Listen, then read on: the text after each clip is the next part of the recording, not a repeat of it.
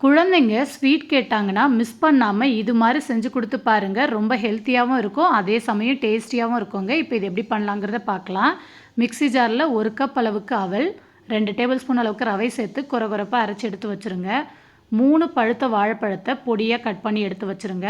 அடுத்து அடுப்பில் ஒரு பேன் வச்சுட்டு 3/4 கப் அளவுக்கு வெல்லம், 3/4 கப் அளவுக்கு தண்ணி சேர்த்து வெல்லத்தை கரைச்சி எடுத்து வச்சுருங்க.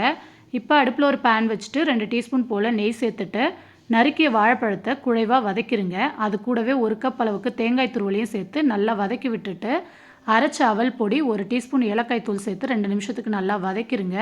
இப்போ 2 பிஞ்ச் உப்பு, கரைச்ச வெல்லத்தை வடிகட்டி சேர்த்து இந்த மாதிரி மாவு கெட்டியாகிற வரைக்கும் வதக்கிட்டு ஆறுனதுக்கப்புறம் நல்லா சாஃப்டாக பிசைஞ்சிருங்க.